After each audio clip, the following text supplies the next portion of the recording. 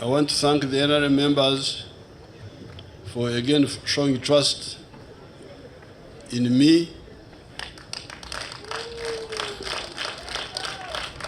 and electing me as the NRM chairperson, and also for the flag bearer.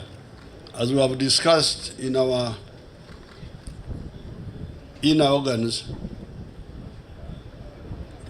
but before I talk about the future, I hope nobody will accuse the Electoral Commission for campaigning for me. When they selected this site here, what I challenged the NRM media team to do is to go and get a satellite picture of 1986, if they can, of this area. Sometimes those pictures are there. Get a satellite picture of this area, this area, which they call Lubowa, Weza, they mix them up. This whole area, up to Gwebaja.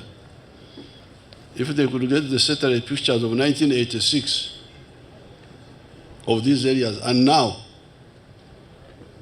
then you not have to campaign much, you just show.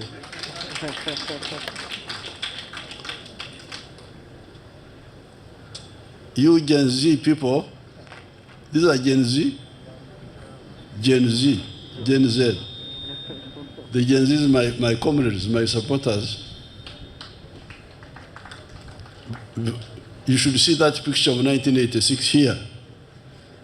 This was a coffee shamba here. That's why they call it Lubowa Estate. It was a coffee shamba owned by a British company called Mitchell Courts. Now when you come here, it's amazing. If you, all the way you can see. A satellite picture of 1986 and now would speak many words rather than just talking. And the whole of, if you want to show the whole of Kampala, 1986 from the satellite, and now, just the picture. So where we are moving to now is to, again, convince the people of Uganda of what has been achieved in the past and what we are planning to do now. At Kololo, I will say more in the afternoon, but really we have got two major thrusts. Thrust number one is to work with the middle class and the investors from outside to completely transform Uganda from a lower middle income country, which we are now. We are no longer a least developed country, we are now a lower middle income country, to high middle income country moving towards first world country. I think the idea is that in this Kisanja, which you are now concluding, if you check the figures, the GDP of Uganda has doubled, apparently.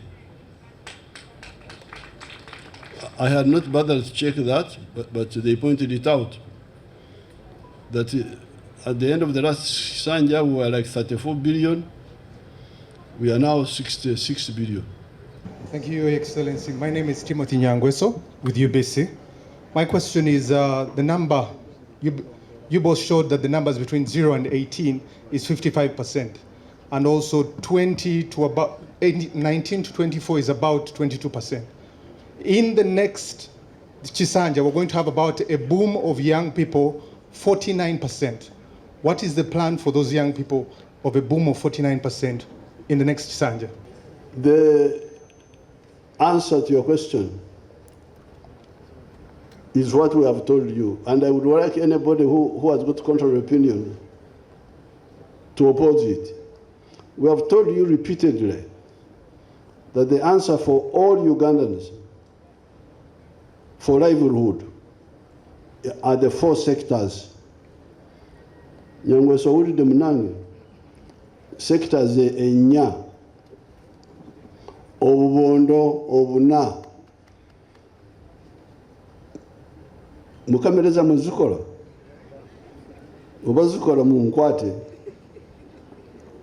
Ate anampakanya aveyo to wakane. There is no other way except the 4 sectors. Sector 1, commercial agriculture with the Chiwaro. If you have got land, if you want to get out of poverty, route number 1 to get out of poverty is to engage in commercial agriculture with the Chibaro. And we have told you repeatedly how that should be. Sector 2, manufacturing and artisanship. That is the second sector. Third sector, services, hotels, tourism, transport, rumor mongering like you people here. Somebody lives by rumor mongering. This is a service. Nyangweso is picking rumors from here, taking them around that he's informing us. Most of the time he's misinforming us. But we pay you. That Nyangweso is paid for Oksakama Uri. Oksakama Uri, no Bulimba, Bionana Sakan, Netumusasura. Services. Sector 3. Sector 4, it is really part of Sector 3, but I like to put it separate. ICT. There is, for instance, a sector known as, an activity known as BPOs, Business Processes Outsourcing. Somebody can be an auditor here or an accountant, and he gets assignment from Canada, a company in Canada. They send you their books here. You arrange them properly as an accountant should do, and you send them back, and they pay you. So this is the 4th sector. Echange chikwata ku byanjigiriza wayogedde ku byenjigiriza ebyobwerere bye wateekawo naddala mu masomero aga primary naye mangi ku masomero gano mu byalo eyeewala abaana basomera wansi mu miti ate n'abasomesa ennaku zino babadde beekalakaasa nga tebasasulwa ssente bulungi n'entono ze balina obbasasula ate kumpi balina zikubira bikonde tebazifuna abaana bangi ennaku zino tebakyasoma abali mu byalo. Ogenda kukola otya mu kisanja kino okulaba ng'ensonga eno egonjoolwa ate era mu byalo eyo amasomero agasinga tegali nnyo kumpi n'abayizi bangi bakyatambula eŋŋendo empanvu ogenda kikola otya mu kisanja kino Jjajja Mwani? Pulaani gye twatandika nayo yali okufuna essomero lya